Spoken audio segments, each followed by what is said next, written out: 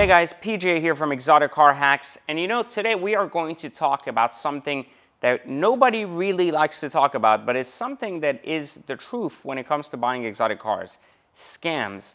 That's right, there are a lot of scams in the exotic car industry, and I wanted to take a moment and share them with you in this video. The 5 top scams you need to be looking out for if you're going to be buying an exotic car. Let's get straight into it. Okay guys, so in the car world, there are a bunch of scams and we're going to cover them. The first one being something that is very, very common, and it's around the Carfax.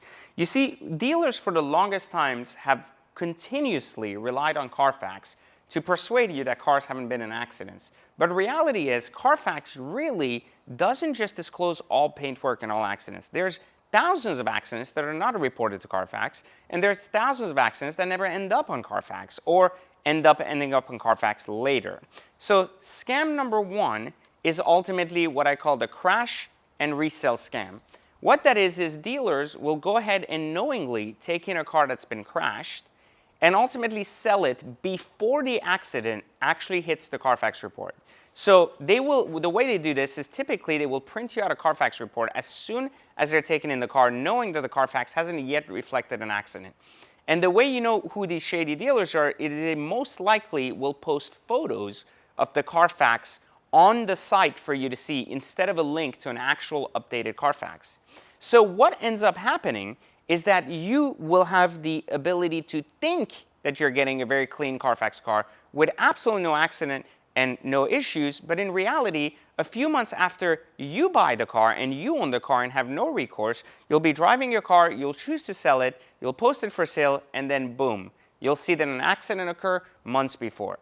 And yes, there are ways around this. You can absolutely sue the dealership. There's ways around getting your car to be bought back and so on and so forth. But at the end of the day, what a headache and what a difficult thing to go through, especially for a normal person who perhaps doesn't have the experience, the time, or the money to deal with such a problem. So always pull a latest Carfax before purchasing and signing your paperwork. Do not just trust what the dealer gives you on the table as a Carfax or an image you're shown of a Carfax. Always pull the latest Carfax before signing from the dealer. But remember, that does not guarantee that there is no paintwork. And that is what takes us to our second scam.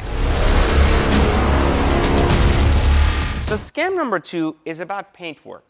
You see, dealers have a lingo that they like to use to make you believe that a car has not had paintwork. It's very common that cars have paintwork.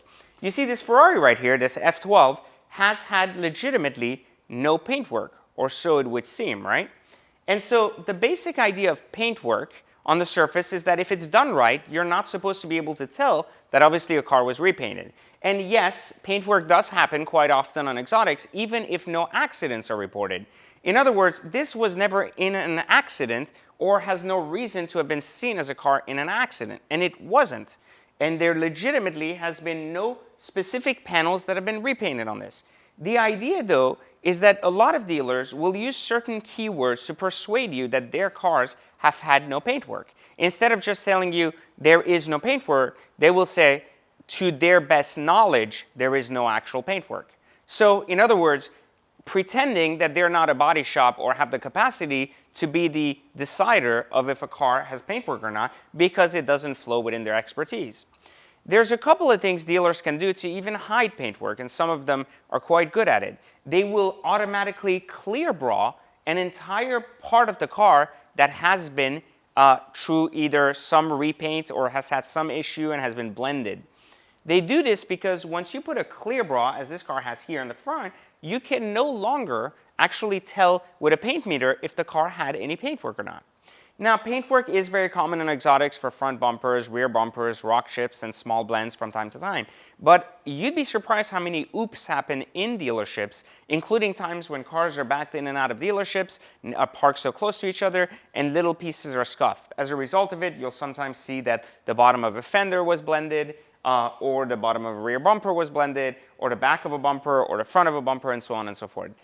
Paintwork does not automatically disqualify a sale or makes it that the car is no longer valid, but it does devalue the car to some extent. A perfect car with absolutely no paintwork is going to bring a premium over a car with some paintwork, even if the paintwork was genuinely innocent and really not a big issue. So next time you see clear bra in some awkward places like perhaps a roof or a rear deck lid, you may want to start questioning why someone wouldn't protect the entire car, but only concerned about the rear deck lid or the roof.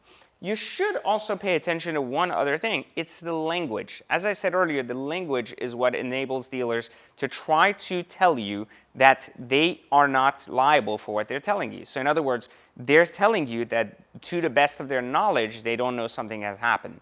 But in my history of having bought 100 plus exotics, I will tell you every dealer in the country knows what they have in their inventory. So at the time you're purchasing from a dealer who's holding a car in their hand, they know if their car has paintwork or not. So watch for that language and make sure you're paying attention to these clear bras in really weird places. Let's go straight to number 3.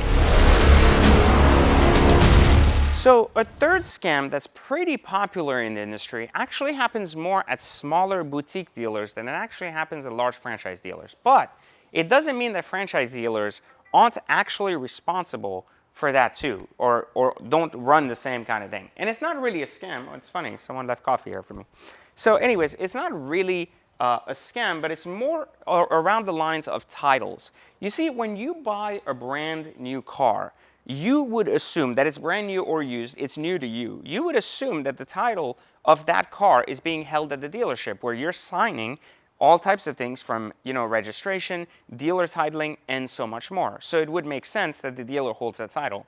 Reality is, in many times, dealers try to prolong these acquisition of titles as much as they can, because in many cases, these cars have loans on them. And these loans don't get paid off by dealers for as late as they can. So why would they do that? Why wouldn't they want to service their customers and have a title in hand? Well, you see, the point of a dealership is to turn over vehicles. And so by them holding titles longer, it's helping them keep the money and run it by buying and selling other cars and only paying off the car at the very end when it's absolutely necessary, and then recovering the title. Now, this is a problem because in a lot of cases, it may make it difficult for you to get your title paperwork within 30 days as they're supposed to by law. And so you'll notice in some cases that a lot of people will complain that they bought a car 45, 60 days ago and still haven't received their registration. And so they're either on a temp tag, an expired temp tag, or anything else. This is the result of dealers not actually carrying titles in their inventory, meaning that they are holding cars for other people like consignment or cars that they've traded in but have yet to pay off. And so what they do is they float these payoffs in order to buy and sell more cars in between, but in the end up actually paying the car in most cases. You have to be cautious of this because there have been more and more rumors of dealers pretty much taking the money and never titling cars, which is why I always recommend choosing a reputable dealer, even if a third-party dealer, even if a smaller boutique dealer, one that has the reputation and has had the background of having been there long enough and has done enough transactions that the last thing you're worried about is just your $100,000, $200,000 car. So that's our third scam. Let's get straight to our fourth. All right, so one of the fourth, and really this isn't much of a scam, but more of a deceiving practice, or so I call it. Dealers will typically have a client base, regular people like you and me who buy from them. And obviously, as loyal customers, we like to go to the same dealers, especially if they've treated us right. And so dealers, though, like to save on marketing, and they don't like paying photographers and everything over and over. And it's also a huge inconvenience and a time inconvenience. Now, you have to consider that a lot of dealers get repeat business from the same people. People buy a car there, they come back, they trade their car for the next car, and so on and so forth. They adopt a relationship with that dealer. It's actually one of the big things I teach in my particular training. By clicking the link into this video, you'd actually see the training and understand that creating a relationship is a big part of it. So that part's absolutely normal. But one of the things dealers will do is they will reuse photos from previous listings. And so at the time, the car was first there, it had 10,000 miles. It was sold at 10,000 miles, and it came back at 17,000 miles. And instead of taking brand new photos showing the new condition, the dealer will use the photos of the car that were originally there at 10,000 miles, giving you, especially someone who's not following the market, ultimately an indication that, hey, this car is here and here's some beautiful photos. But those of you that don't know, especially those of you that are buying cars sight unseen and not going and flying there, you would actually never know the difference between that car then and this car now. And so it's very important to always ask the dealer, no matter who or where, to provide you some cell phone photos of the car, the mileage, and everything else before making a purchase. This guarantees a couple of things. That A, the car is indeed at the dealership and not actually at a person's house on consignment. Secondly, you also want to make sure that by doing this, you're guaranteeing that the mileage is accurate and not some typo from a previous ad. And thirdly, you're also paying attention to some of the condition things. You see, there's a lot that can happen to a Ferrari from 10,000 to 17,000 miles. Everything from interior pieces being sticky to the seats showing wear. And so these basic principles enable you to help yourself by making sure that the condition, the basic condition, we're not talking about the mechanical condition, but the basic aesthetic condition of the car has not changed. Doing so enables you to really get a clear view and understanding of if the car is indeed portrayed in the right light. And now let's get it to our fifth and last scam. All right, our fifth and last scam is actually not a scam, but rather a strategy that dealerships all over the country, especially Ferrari, just like this F12 behind me, at some point was new and exciting, has enabled the dealer to find a loophole to being able to upcharge his customers tens of thousands, if not hundreds of thousands of dollars, okay, on brand new car allocations. You see, the manufacturers from Ferrari, Lamborghini, and everything give you suggested retail pricing to help consumers ultimately understand what they should pay for something. It prevents dealerships from really adding on their market valuations and things because it's a game of supply and demand. You know, you want this, like not this particular car, maybe you want a brand new 488 Pista, and the new 488 Pista is not available because there's only X amount of units and all are sold out. But dealers really struggle to be able to turn around and say, well, we're going to get 14 Pista allocations, we're going to charge $200K over to people who want to buy them, they're ready to go in here, right? So what ends up happening is dealers have found a great loophole to this, and this is very common with Porsche, just like it still is on the GT3 RS, and it's very common with Ferrari, the two companies that have really figured this out down to a science. The way this little arrangement between some of these buyers work and these manufacturers work is that these dealership managers want to sell these cars at a huge premium, but their manufacturers won't allow them to do so. So what they'll do is they'll offer someone like me, for example, the opportunity to come in and help them spec out a brand new, Ferrari Pista or a brand new GT3 RS, GT2 RS, and I'll get an allocation at what I call sticker, meaning I'm not going to pay over sticker, I'm going to get a really good deal on it, and I'm excited. Except that I'm never really going to own the car, and I'm never going to take the car home. What's going to end up happening is I'm going to make this car, and I'm going to build it out exactly how I want, and that's going to be fantastic for me. But instead of actually taking it home, I'm going to literally drive it off the lot that day, pay for it, and bring it right back to the dealership. So why would I do that? Well, because at that point, that car is no longer considered a new car. And because it's not brand new, it no longer falls under the same category as a new car. Therefore, dealers have all opportunities to then market the car based on market value rather than manufacturer's suggested retail value.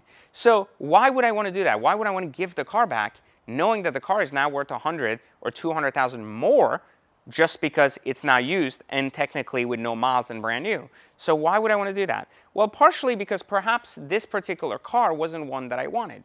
As an example, let's say this was the opportunity with this GT3 RS and I really wanted a GT2 RS.